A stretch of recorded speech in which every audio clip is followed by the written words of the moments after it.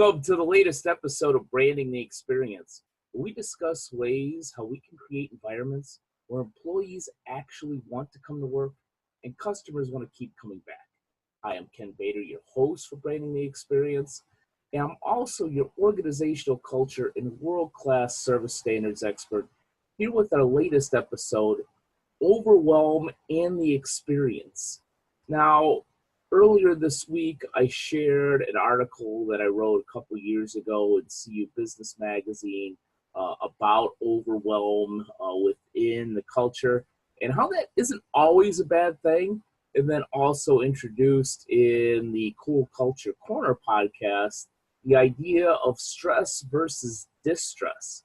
And that stress meaning that we're moving in a positive way and we're pushing ourselves a little bit harder isn't necessarily a bad thing, but distress almost always is.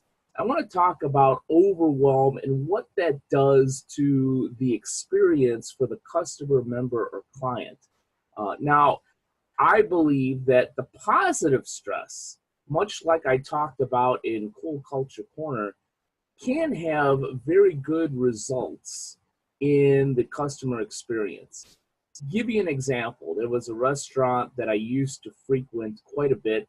It's long since gone out of business, but the general manager of that restaurant was very, very big on service standards. And if you watched this show or listened to Cool Culture Corner or read any of my work, that I think that service standards are the linchpin to branding the experience. And he made sure that his staff, whether it was the waitresses, waiters, hostesses, bartender, busboys, anybody at the front of the house, or frankly, anybody at the back of the house that may be walking through in some way, like for instance, if a chef went to go speak to a group of patrons that were eating there, he made sure that everybody adhered to the service standards. One in particular was that instead of saying in response to thank you from the customer, just a simply you're welcome or you got it or something like that, they were required to always respond with a my pleasure. And I thought that little service standard created an elevated experience for that particular restaurant. Not the only reason why I frequented it, but definitely one of them that I certainly enjoyed there. But yeah, that's a good example of stress and maybe putting some pressure and maybe a little bit of overwhelm on, this is one more thing that you have to keep in mind because it creates a better experience for everybody. That is a positive example in making sure that the experience for the customer really does reach a higher level that I keep talking about. But later on, as I started to see some turnover in this particular restaurant, it was clear that the stress had gone from distress. And I remember talking to the general manager, who was a very hard-driving individual, and I asked him, how do you get people to adhere to the service standards, especially the whole my pleasure idea? And I expected, some type of positive response of, well, we have expectations of people, but, we hire good people and we trust them. Or, we have a review of service standards on a regular basis, or we reinforce them in our weekly meetings, something to that effect. But the response that I got was, well, when I see somebody not saying my pleasure or adhering to one of our other service standards, I fire them, and that sends a message to everybody else. Well, that's kind of, I don't know if he was joking. He certainly seemed serious. He was a pretty serious guy. But that's an example of distress.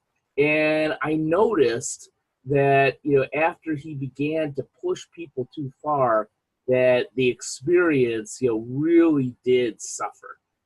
Maybe we still got a my pleasure, but the service wasn't as quick as it had been. Because of the turnover, there were people that just didn't understand the program or the menu, so that certainly adhered, or I should say, detracted from the overall experience at this restaurant.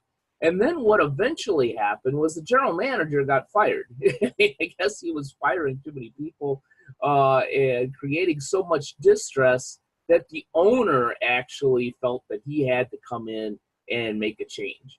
And that's when the experience really turned into chaos because the service standards went out the window and people working there were so relieved, unfortunately, that there were no standards. You know, sometimes you got two sliders, other times you got three. Sometimes you got sauce on your meal, sometimes you didn't. There was no consistency, not only in the food, but also in the experience. When you said thank you, sometimes you still got a my pleasure. Sometimes you got a, hey, no problem. Sometimes you got a you're welcome. There was no consistency.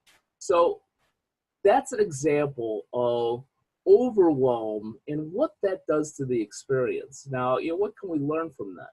I would have hoped that as much of a focus as this particular general manager had on the customer, which is great, you have to focus on the customer. I wish he had the same level of passion for his employees. I think at the end of the day, he saw them as an expense. He saw them as a tool, just as a fork or a sink or a dishwasher, and just simply pushed that machine, meaning the team, to a limit where it finally broke down. And that was the end of his experience at that restaurant eventually.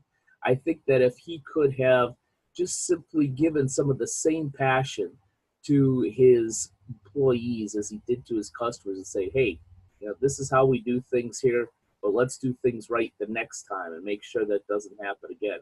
You're doing a good job, but we just need to make sure that we're adhering to the service standards, because at the end of the day, not only does it create a great experience for a customer, but the consistency makes our lives easier as a team.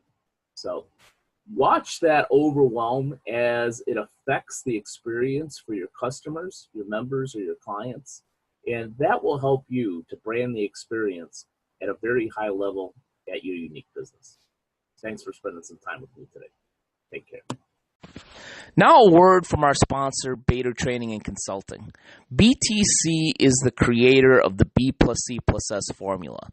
Our clients that implement that formula increase their net income by 124% and grow their business by 17% on average.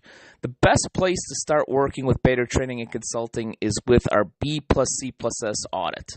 The service pinpoints issues as well as attributes of your business's unique brand, culture, and strategy.